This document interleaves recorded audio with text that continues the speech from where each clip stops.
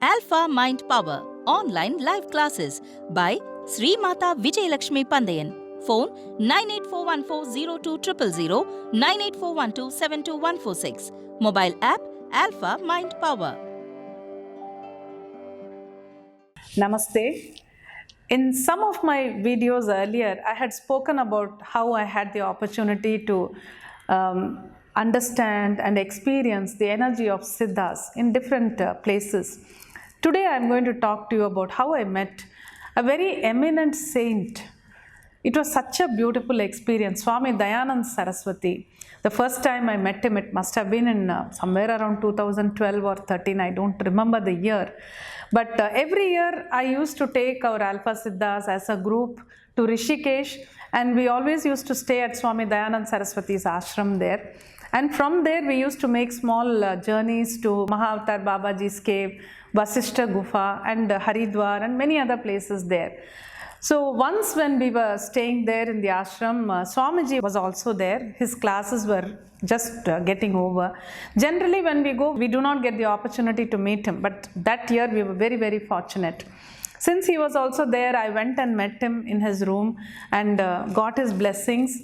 And I told him about our group. I said about 100 of us have come from Tamil Nadu and other cities also. Majority of them are Tamil speaking. And I requested him, I said, can you please come and give us a small lecture? He was actually not very well at that time. But when I said so many people have come from south, he was so happy. He said, I will come in the evening and I will definitely speak to everybody. And with great difficulty, he walked up from his room. He came to that hall. I was really so touched when I saw that. And he started talking to us. And he gave such a beautiful lecture. All those who were present there, I'm sure they can never forget it in their lives. The first question he asked was, he said, all of you have come from various places. So you have left behind your families, your work and many other things, and you have come here to the ashram. Everyone said yes. Then he just looked at all of us and said, have you really left behind everything?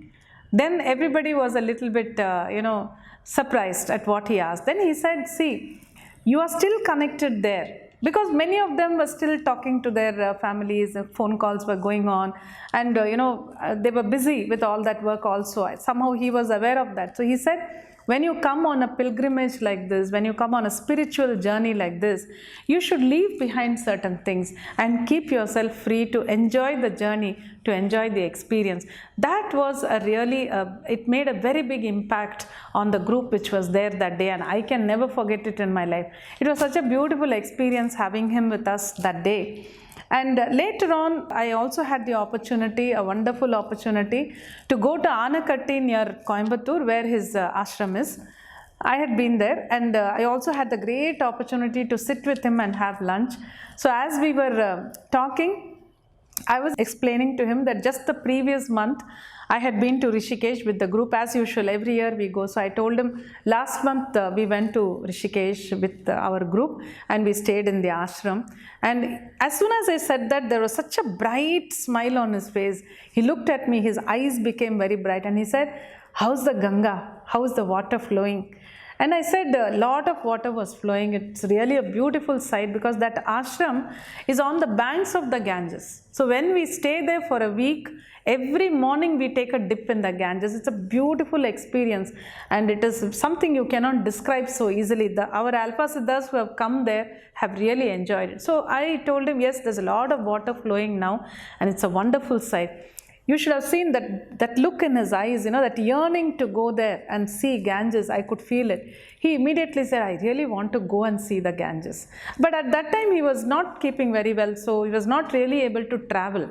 So I was wondering whether he will do it. But then I must have met him in August, September. But later on, after 2-3 months, I came to know that somehow he went in December to Rishikesh, and he also had a class there.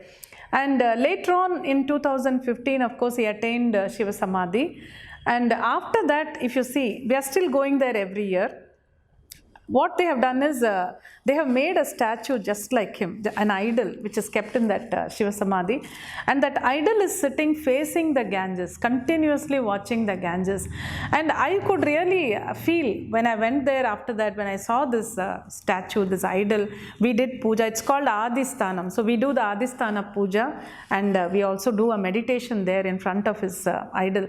You know, his idol is sitting facing the Ganges, watching the water flowing, and I can almost feel him sitting there and becoming so happy, because his heart and soul, everything was there with the Ganges. So he has found his place there.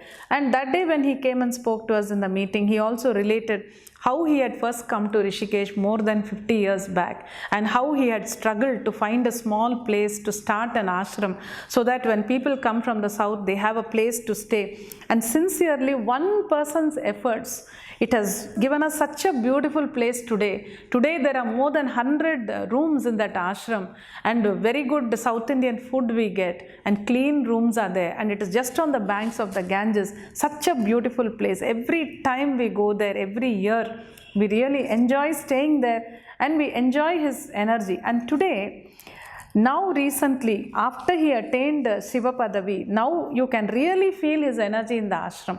In fact, I do my classes there in the meeting hall, and the first class which I conducted after his Samadhi was built, always when I start a meditation, I say Guru, God and Siddhas. We connect with them and then do the meditation. But when I do it there in the ashram, when we are there in the camp, I always say Guru, God, Siddhas and Swami, Dayanand, Saraswathi.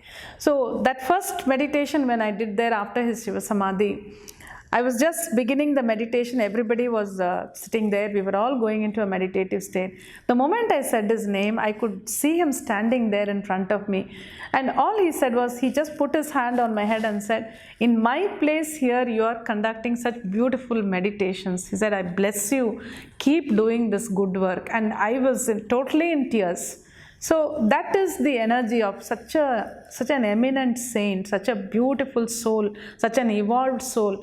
And I had this great blessing to have met him there, and not only there in Anakatti also, but the great blessing from his is that the blessing continues, the energy continues. And now every time we go there, we do the classes, we sit and meditate, or we simply sit and watch the Ganges also, we feel his presence. So that is the blessing of a wonderful soul like him.